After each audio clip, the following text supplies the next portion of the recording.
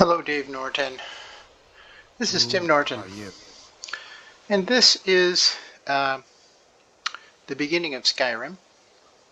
We've already been captured at the border, which they don't show you, in sort of a sting by the Imperials, trying to catch the rebels. And we are sort of gathered in the net.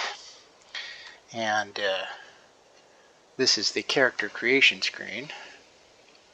And I'm going to create a wood elf. Wood elves are also known as the Bosmer? I don't know. I don't know what they're also known as. Hey, like this guy. Yeah, he looks, yeah, I'm feeling it. Okay, we'll take this guy. Finish naming character, okay, and we're going to call him,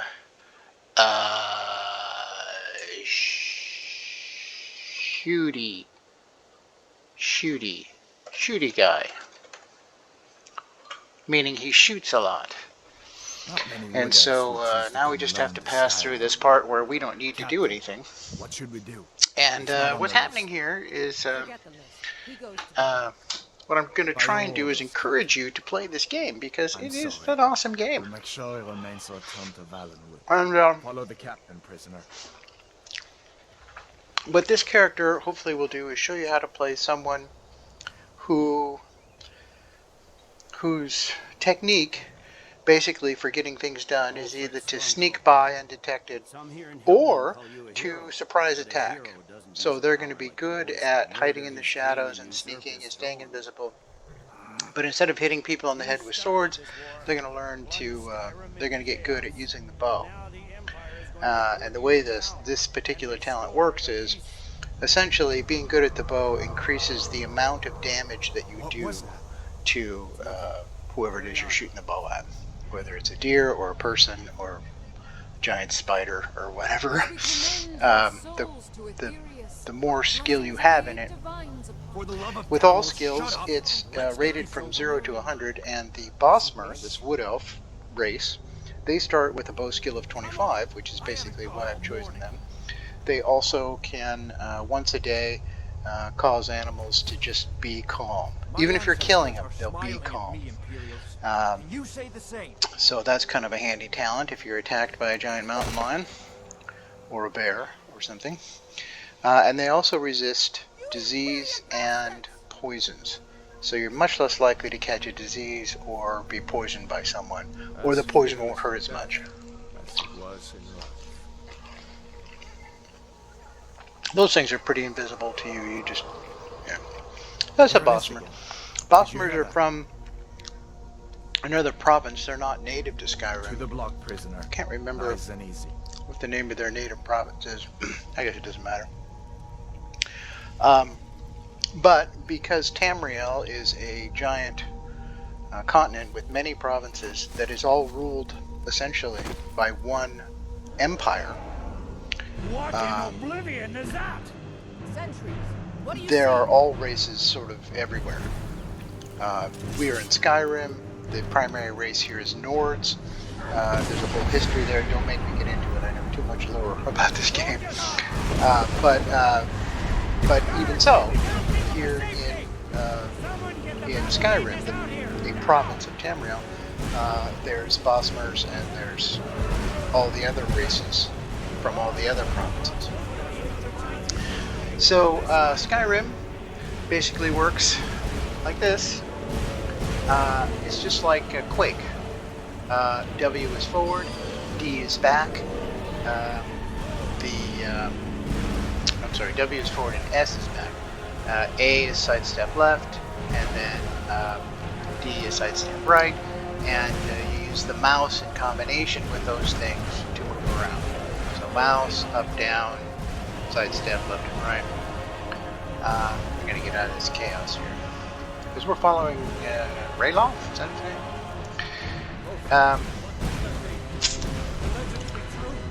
I like it so that when I push the mouse forward, the cursor goes down. And the only reason that's true, so I'm pushing the mouse forward and the cursor's going down, I'm looking down. I pull the mouse back and I'm looking up.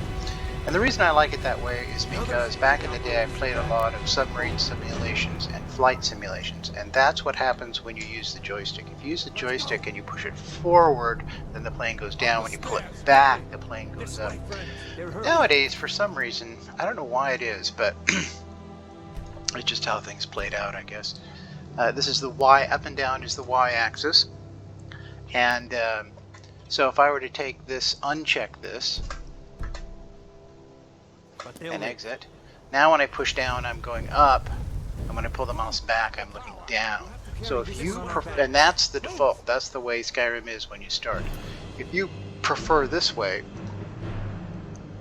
go to, I'm pressing the escape key to call it this menu. You can go to settings, gameplay, and then check this box. That's what I do. I usually push this over a little bit too. So the basic controls are use the mouse to look around, forward and back with your left hand on the keys like Quake. You have the basic skills, I think. Anyway, we're going to follow Rayloff up here, and the giant dragon, and I'm just going to ignore him by jumping through. That's spacebar to jump, just like in Quake. And try not to let the dragon breathe on you because he will kill you. And this is pretty much the only, looks like maybe you have choices, but you really don't. Like if I go over here, there's nowhere else to go. You have to go. I mean, you could try, you can hang out, you can get stuck.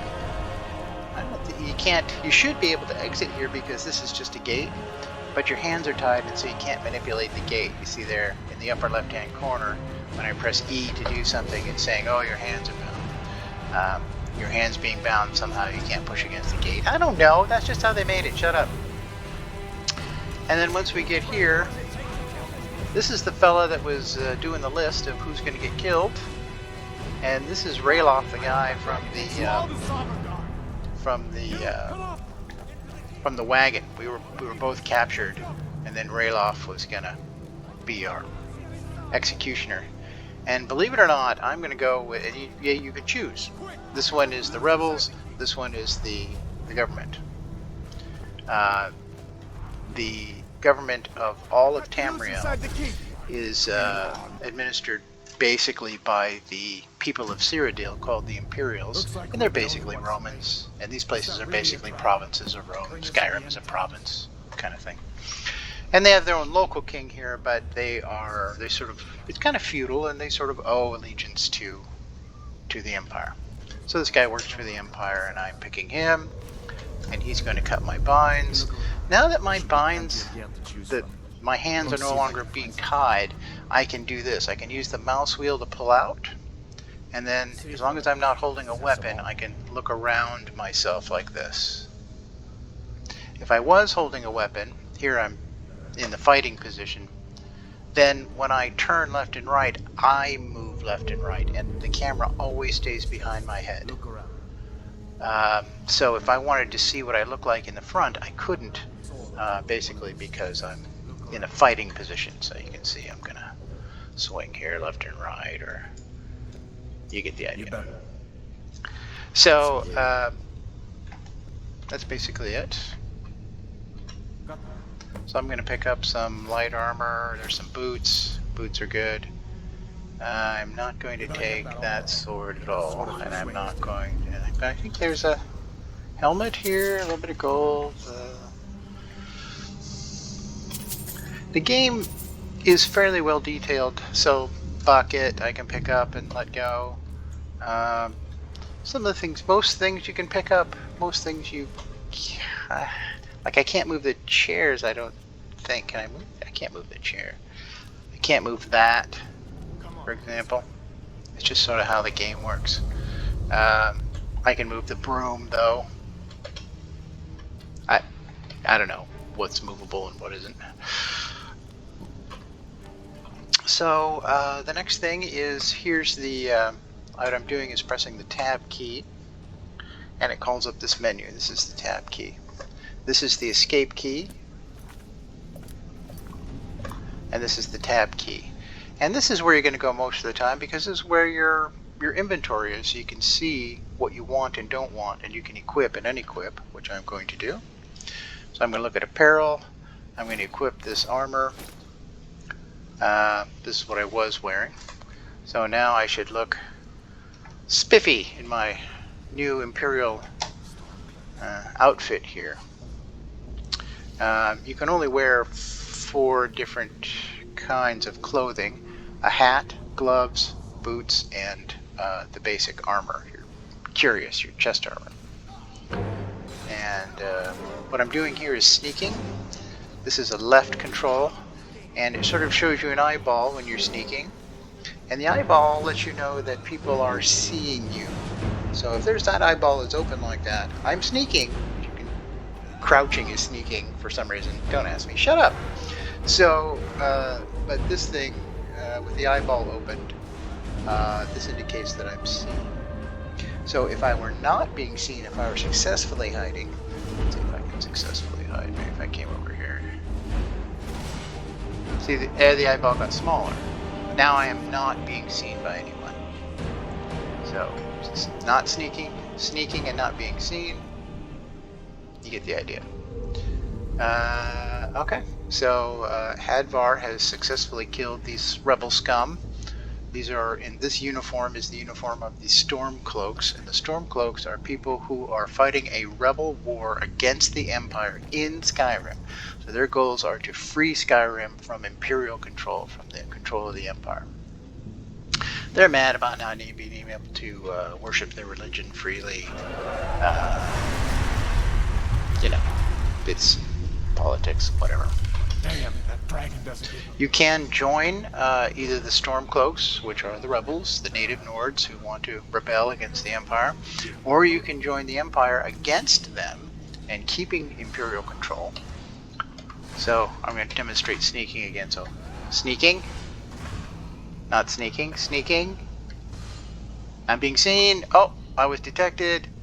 Wait, can I hide again after I've been detected? Maybe I can. If I wait long enough, I will go back to not being detected.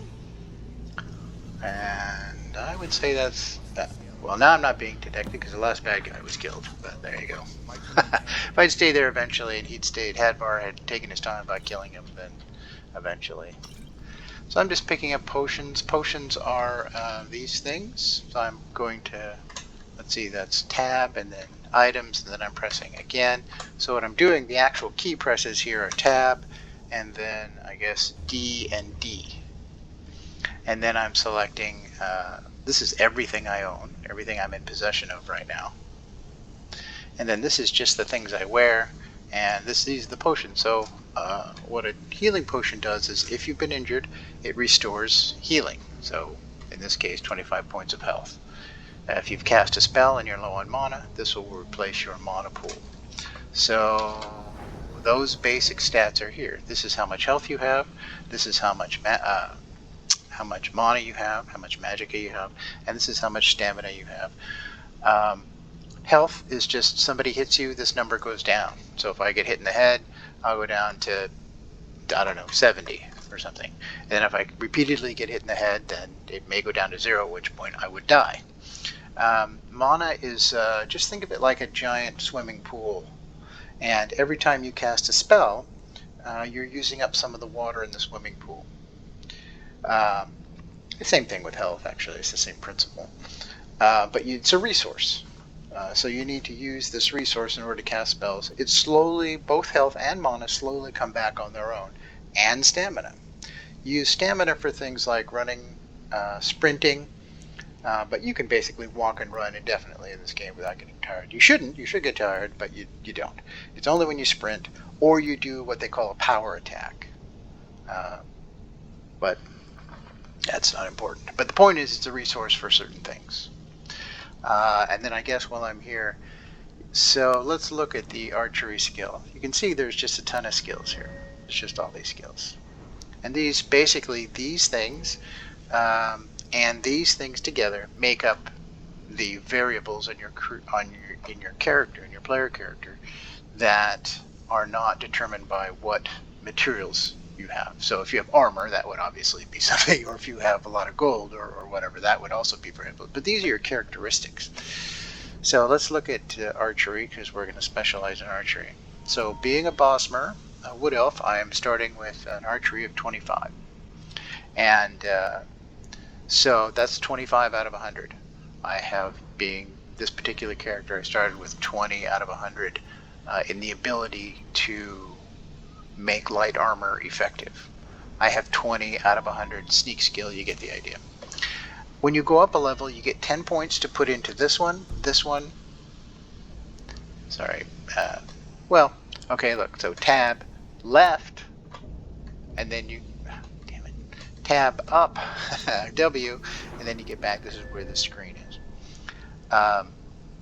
So when you go up a level, you get 10 points to put into health, or into your health pool, or your magic pool, or your stamina pool. And you get 1 point to put into these, they call them perk trees. You get a perk. And so, for example, for archery, let's say I went up a level. Because this is a blue color and not this orange color, that means that it's eligible. I could put a point into it. So if I put a point into here, my bows would do 20% more damage, which is very likely something I will do, because I would like bows and trying to make a bow guy here. So when you put the cursor on something, E, if there's something you can do with it, you can press the E key. And so I'm going to take all the stuff, and I'm going to pluck this potion of health off the table, and maybe that salt, and possibly these rock warbler eggs, but not the basket. I don't want the basket. Screw you, basket. What have you ever done from bed? I can still pick it up. I press and hold E, I can pick it up and then drop it. So Hadvar's ready to go, I'm ready to go, here we go. So we're gonna come down here, and here there'll be yet more rebels fighting Imperials. And I'm gonna punch this guy in the head until he dies. Yay! Then I'm gonna run away and let Hadvar kill the rest of these guys. And the reason I punched one of my fellow Imperials is because he has shit I want, and I can get away with it. If you accidentally, you can't see it, but I'm making air quotes, if you accidentally attack your friend in battle, then it doesn't count. Accidentally. And in fact, if you're just standing around, you punch your friend once, they'll be like, oh, okay, alright, shit happens, dude. But you can actually punch them long enough that they'll get mad at you. I'll show you why I did it. Because he has light bracers, which I do not have. He has a steel dagger, which I do not have. And he has this nice hood. So, while they're all fighting, I'm going to equip the bracers and this torturer's hood instead of the helmet. And so now, I'm fully equipped with leather armor. Top to bottom, leather armor. I got a leather chest piece on. I've got leather gloves, in this case bracers, the arm things. I've got leather boots, and I have, instead of the funky looking helmet, I got this cool and mysterious looking leather hood. Because I'm cool and mysterious. Okay, shut up. So, the result of which is, since I'm wearing all this goop, if I go here to my inventory, and I click on the apparel tree, so I just show items that I have that I can wear, I see by the highlights here, and here, that I'm wearing Imperial Light Armor, Imperial Light Boots, and you get the idea. And the total amount of armor that gives me is 54. If I had nothing but heavy armor on, that number would be higher. And if I get better at wearing light armor, leather is considered light armor, which you can see right here, light armor. If I take the skill, wear light armor, then wearing even the same leather gives me more armor rating. The higher the armor rating, the less damage being hit does to me. The more health I don't lose. So we missed it, but Hadvar said, why don't you go pick that cage and I'll show you how to pick a lock. So I just looked in the bag, and instead of taking everything individually, I just pressed R and took everything. So here, I put the cursor on the lock, I press E, and it says blah blah blah blah. So what's happening is I'm not going to move the bottom, that little dirk, that shiv down below. I'm not going to be moving that at all until I press one of the movement keys.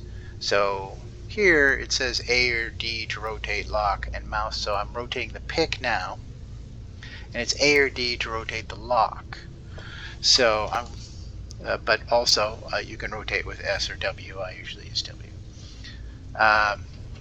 So here I've moved it a little. Here I don't move it at all. So I'm pressing W, but it doesn't move. So with the W key, I'm moving that shiv. And here with the mouse, I'm moving the pick. So I noticed that over here, I moved it a little more, oh, and then now I've moved it all the way. So how far I can move the shiv with the W key depends on whether or not I found the right position with the pick, which I move with the mouse. It's a game like any other. It's sort of a mini game in a way. I'll take the book, and then this guy here. So I'm going to take all his stuff, but instead of taking it individually by clicking on it, I'm going to press R and just take everything.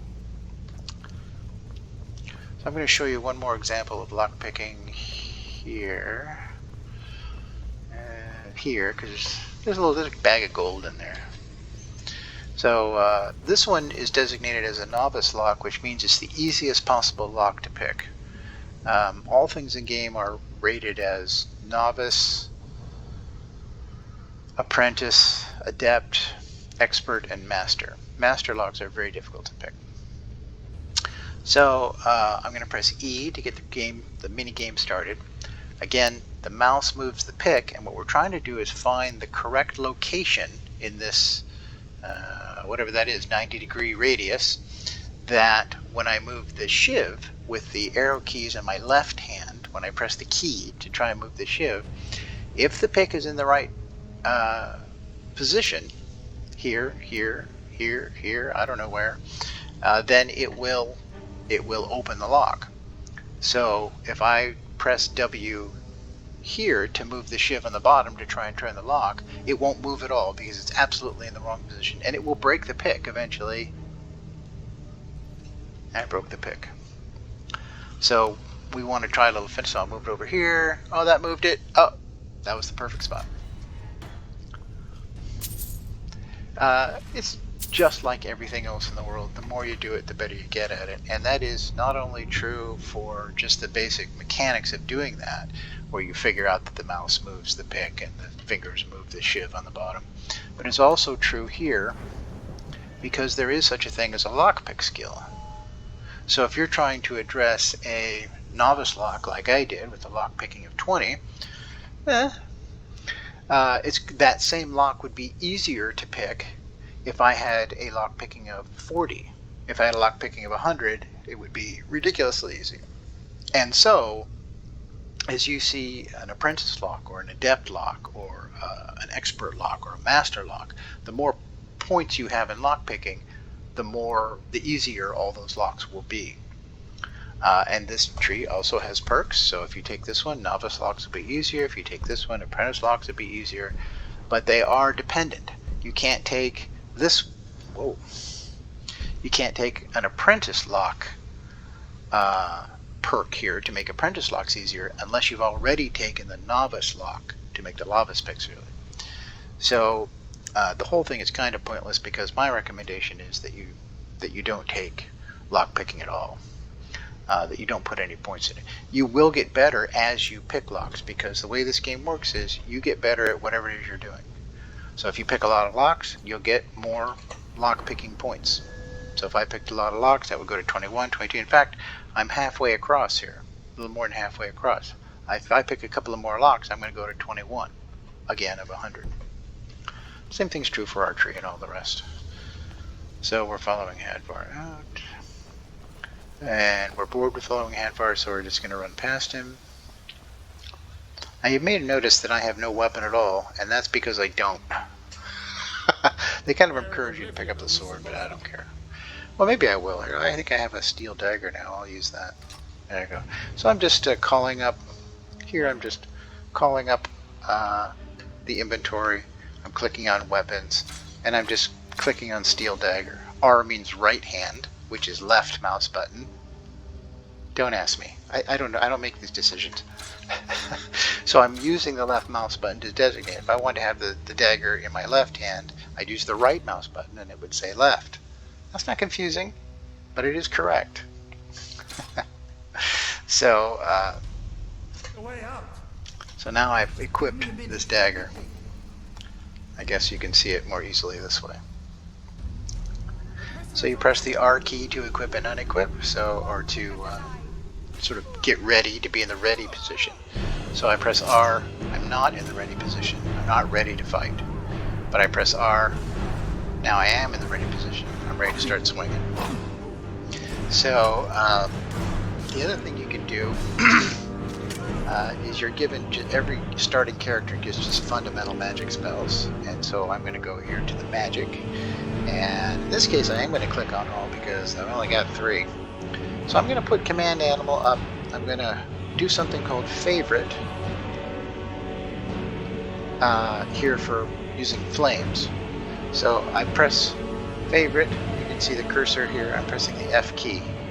F for favorite. And it says while in game, press Q to open the favorites menu, blah blah blah. And what that means is everything that you favorited, then you pressed F key next to, which is designated by this little dot here, is now going to appear when I press the Q key like this. That's the Q key. And then additionally, you can put a number on these things. So I'm going to use 3 for flames, and I'm highlighting healing, and I'm pressing the number 4. And so now, when I press everything, so I'm back to, oh my god, what's going to happen next? I'm going to press 3, and I get the flame up. And I'm going to press 4, and I get the healing. This is healing. This is flames. So in a sense, you're never unarmed. And I'm going to re-equip the dagger. I'll favorite the dagger, I don't know, because. So now I got the dagger up. 3. Sorry, that wasn't very clever. Let me try that again. So here's the dagger. I'm going to press 4. I'm healing. 3. See how that works? And when I get a bow, I'll show you how to incorporate a bow into the system. So it basically means that even though this system is very clunky to find everything you need, basically you're going to end up favoriting things that are important to you, putting them here, and then the things that are super important, you're going to assign a key to and just press the key. You're just going to end up pressing 1, 2, 3, 4, 5, 6, 7, or 8, and then you'll get what you need. It takes a little bit to learn. It's a little bit of work to sort of get conceptually what that's about. I mean, I'm sure you get it conceptually. I'm not saying you don't, but I'm saying that getting your hands to understand it and work it easily without thinking, it takes practice. It's a game. It's like anything else. You got to learn to do it. My story is, though, that if you try to learn to do it, and you do learn to do it, that you will find it rewarding, that it's a pleasure to be able to figure out how to do it and make it work. It really is a good system, generally speaking, and it does work well. So Hadvar, without any help from me, has come through here and killed each and every Stormcloak in here, to which I say, hey Hadvar, good guy, good job, buddy. So this guy actually has a longbow, which we do not have. Remember, this guy is an archer, so I'm going to take this. I'm going to take his arrows. And I'm going to take this guy. I'm not going to take his bow, because I already have one, but I'm going to take his arrows. And then I'm going to call up the inventory, going to go to weapons, and I'm going to favorite the longbow. Now that the longbow is favorited, when I press Q, it appears here. I'm going to highlight the longbow and press the number 2. You can press any key you want, but I find 2 to be very convenient. So this is a sort of very subtle trick with this game, but it's super convenient if you can figure out how to do it. Now that I've pressed 2 for the bow, I'm going to press 2. Now the bow is equipped. But watch what happens when I press 2 again. I already have the bow equipped. What the game does is go, oh, you must want to go back to the way you were before. So in this case, 2, calling up the longbow, is actually a toggle. So press 2, here comes the longbow. Press 2, I go back to the way I was before. Press 4, I go to the healing. Does that kind of make sense? So 2, so I say shooting the hell out of people and I won the battle, but then I'm hurt. I press 2 to bring up the other menu, which is the dagger in my right hand and maybe the healing in the left, or the fire. and then I heal myself. And then I go, okay, I'm all healed up, press 2 again, go back to the bow. You can sort of you can manipulate this thing in order to become a toggle for you so you can switch back and forth between things. And it's very, very easy. And there are some, so for example, we've only used 2, 3, and 4, but there's 5, 6, 1, 7, and 8. So, and there's a lot of other things you can do with your hands. For example, you can cast a spell that causes people to go berserk. So I'm way across the room and I use this berserk spell. So I would, switch up here, then I would press maybe 5 to call up the berserk spell in my left hand there, then use the left mouse button to cast it across the room. I make the one of the 3 people there go nuts and attack his friends. Fire can also be used to catch things on fire. Most of the time it's like this.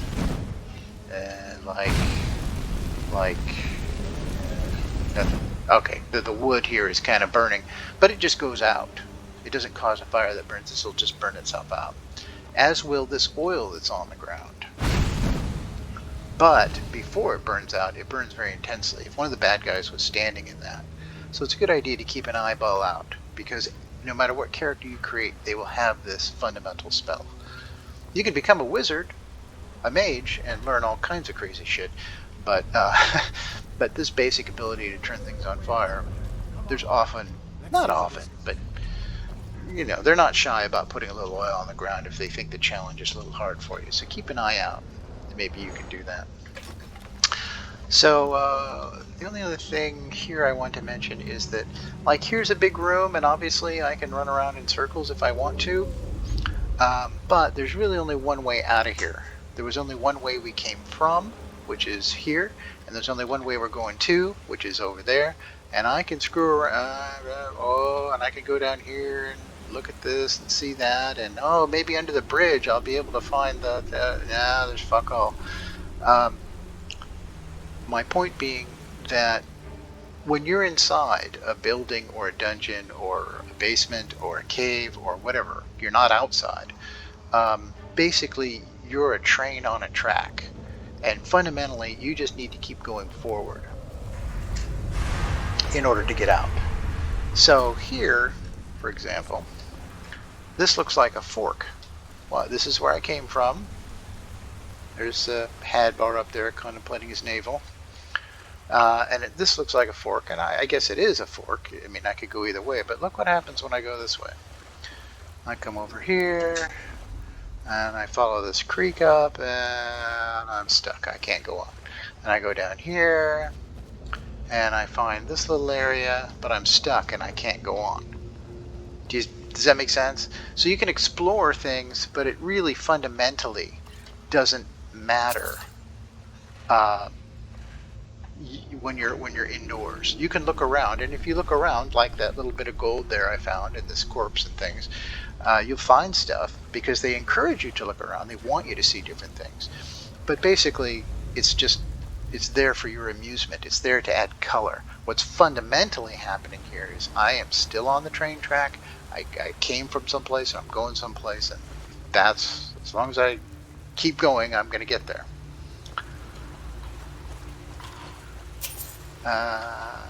Mostly.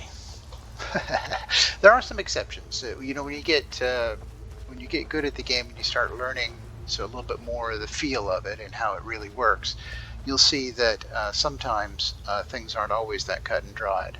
But basically, that's what's happening. 99 times out of 100, if you're indoors, that's the nature of it.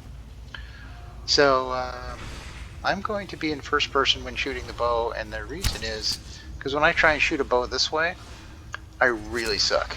I don't know what it is about shooting the bow that way, but I can't do it.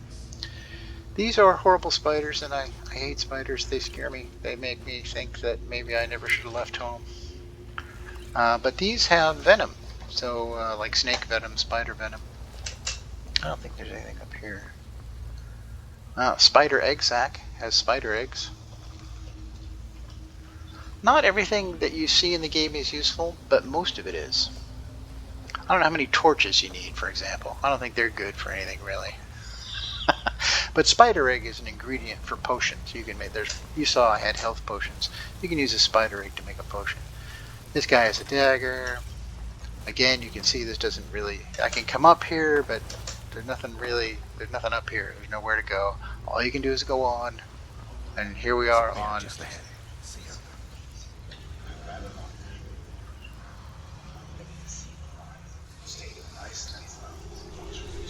No, I sure will, Hadvar.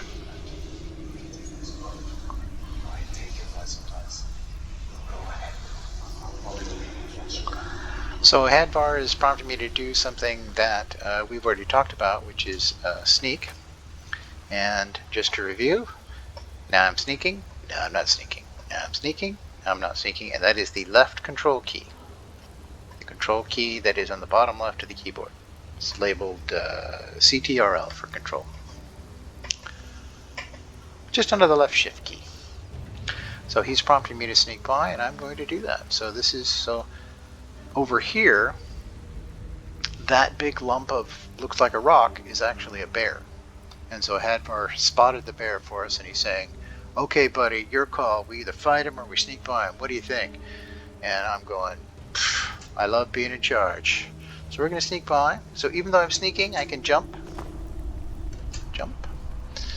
I can still climb things to some degree.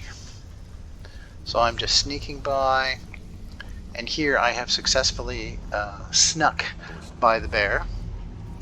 And having successfully snuck, because you learn by doing in this game, I'm going to try and find the sneaky, here it is. So here you can see my progress. I have pickpocketed nobody, and so I have no progress from level 20 to level from 20 to 21, but I have successfully snuck by the bear, and I've created a little, so when this bar gets all the rest of the way over to here, it'll be 21. And I'm going to demonstrate that because I'm going to sneak back, and I'll show you a little exploit, what I call an exploit, what everybody calls an exploit. It's an exploit. I'm cheating the game here. What I'm doing is I'm just going to, sneaking requires that you move. In order to get points for it, in order to be experienced at it, you have to actually move. It's an action. If I am just successfully hidden and somebody's nearby, I don't get any experience. But if I move and I'm next to somebody that could potentially see me, then my sneak increases, as you just saw. So you saw before, my sneak was over, I was level 20 sneak, and I was about, I don't know, to here or something. And just this minute of just squirming, shoving my head into a rock and moving my legs is sneaking. And of course, that's not how the game is designed. What you're supposed to be doing is sneaking by bad guys, and then you're getting experience. But I am exploiting the game by finding a little crevice I can just shove my guy into. I'm not even touching the keyboard now, and I'm getting sneak experience. And you can see here, now I'm 3/4 of the way, and I'll get another point, and then I'll kill the bear. So you can see that there are some parts of the game that you can manipulate. You can sort of not play it as intended in order to get some benefit. That's called an exploit. And it's a mark of the kind of game where they set the game up for you to do something. But it's so open-ended that how you actually do it doesn't necessarily come out like they intended it to. The analogy is Aristotle's unmoved mover. So in Aristotle's concept of God, as you know, the idea is that everything is caused by something else, and that God is the thing that caused everything, but nothing caused God. And so the universe in Aristotle's world is kind of like a clock. God set up the mechanism, he wound it, I guess he keeps it wound, I don't know, and then he just runs it, and then it just goes. He doesn't do anything, he doesn't participate, you can't pray to him. He just set it up and it goes. He's the creator, but not the ongoing manipulator. And the same thing is very much true about Skyrim. Skyrim is a people walk around even though you're not there. Dragons fly through the sky even though you're not there to see them. And so a dragon may kill an animal may kill a deer when you're nowhere near there. And then, so you're doing one playthrough and you see that there's a haha somewhere, and it's there, and then the next time if you play the game again with a different character, you come by again, and the animal's been killed. And it's happened because maybe another animal has killed it. So like uh, you may find a dead deer, and it's just been killed by wolves because the game is created in such a way that it just runs. Things just happen all the time. It's just ongoing, including the weather. It gets daylight and darker, sunrise, sunset, the light changes, all this stuff. It just is ongoing. It's sort of an ecology. And so you'll come upon a dead animals. You see it. You're walking through the plains. You'll see a wolf attack a deer, and that happens whether you're there or not. And that means that you will find a dead deer now and then. You get the idea. So I'm going to stop exploiting the game here. And again, I'm going to slip into first person here to do the shooting because, like I said, I cannot aim. Shooting with the bow, basically put the cursor on what you want to go away. I'm holding the left mouse button, and I'm releasing the left mouse button. I am holding the left mouse button. I am releasing the left mouse button. I'm holding the left mouse button. I am releasing the left mouse button. That's that's aiming. You don't really need to aim at a certain range. So from here, like I would say, just put the cursor dead center and you're going to do fine. It's basically the same idea as using a pistol or a rifle. Put them dead body center. Aim for above their sternum, and then you're going to be a little bit off, but you're going to hit something. That's basically the idea. But the arrow does have an arc and is affected by gravity. When you first fire the arrow, it's going to tend to go high, it'll arc, and then come down. That is not very relevant to you at a certain range. So I would say like here, even here, maybe back to here, and then maybe by the time you got to here, oh, I've lost sight of the bear. It's kind of dimly. Oh, that big lumpy thing there is the bear. Maybe from here you'd want to start aiming a little bit higher, roughly. But don't worry about that too much right away. Again, it's a skill that you have to learn. It's a challenge. That's why the game is good. Everything has its own little thing, and you have to learn how to do it. It's very satisfying. It's very satisfying to learn how to shoot. It's not impossible, and you don't need to be a genius to do it to start. Just get close enough to be able to shoot how far in the back. Shoot anything in here. Anything this close, you can just hit them. I mean, don't worry too much about it. Just put it in the center and just hit them. You may find that if you're super far away, that putting it in the center and shooting you need to adjust a little, but get closer. It's one of the reasons why you learn to sneak as a bowman, because you can. Because when you sneak and you get closer, and you're the closer you are, the easier the shot is. So the fundamental thing with shooting the bow is get close enough to be able to put it right about there, and then fire away. Okay, I'm going to stop now. But I'm going to do this again. I'm going to come back and send you another video that basically shows you a little bit about how to proceed and how to process in the game. What to do now. And the short answer to that is you don't have to do anything. You just wander in any direction, do anything you want. The first time I played this game, I said, oh, I get it. I'm supposed to follow Hadvar. And I said, screw that, and I went this way. And believe it or not, the first thing that happened to me is I found a dog, and I talked to the dog, and the dog started following me around and would fight for me. It's pretty cool. You can go back where we came from. And once we're back here, of course, now we're on a rail, and it takes us straight back to where we started. Here, on the other side, now we're in the world, and the world is this big. And the world, it shows you where cities are, the main cities, but that's it. You don't know where anything else is, really. You have to go and explore it. And like Civilization, as you go out and explore things, this will flesh out. You'll see places here you can go. Uh, but my point is that here there is no rail. There's nowhere to go. You can go anywhere. It doesn't matter where you go. There's no entrance and exit. It's just one big giant sandbox. All right, man.